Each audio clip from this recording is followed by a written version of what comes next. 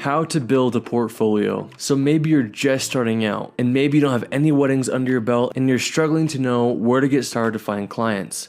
That's okay. That's where we all start. And we're going to talk about how you can overcome that barrier in this video. Now, you got to keep in mind that this job is essentially filming the most important day of someone's life and turning it into a beautiful video. There's a lot of pressure. So naturally, when a potential client is looking for a videographer, they won't choose you if they can't trust you'll do a great job. Clients want to see what you can do. They want to be so seduced by your wedding videos that they feel a need for you to be at their wedding. I had one client who loved my work so much that she literally moved her wedding date up a week so that I would be available. A little extreme, but you know, when you're this good. Okay. So how do you get there with no portfolio? Well, you make one.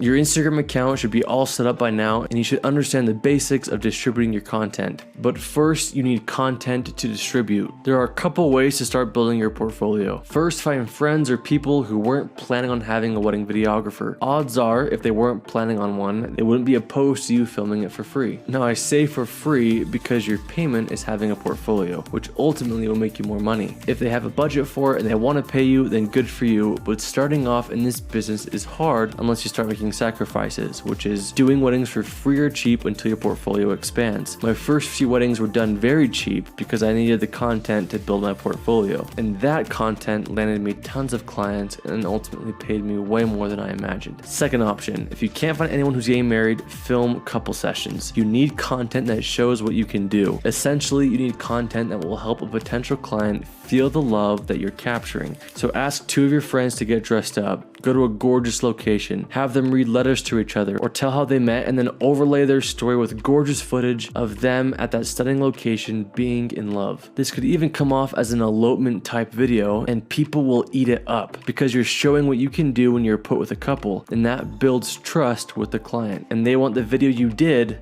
done for them. Another option would be to reach out to some videographers in your area and ask to shadow them during a wedding. Ask if they need help or if they'd just be cool with you following them around. Most videographers would love it, and I always let people who shadow me film whatever they want as long as they don't get in my way. Doesn't matter how much you shot, turn it into something you can distribute. Distribute your content on Instagram using the ways we talked about earlier in this section. Get that gorgeous content seen by as many people as you can, and then start saying yes to those inquiries that hopefully will start pouring in. Understand that you're just starting out and you need experience and a portfolio. So take whatever gigs you can and then work your way up. I hope that helps you understand ways that you can quickly build a portfolio. Again, these are ways that have worked for me and others in my social circle, and they've proven to be fruitful. And I'm confident that they can do the same for you. But that's it for now. If you guys have any further questions, please let me know.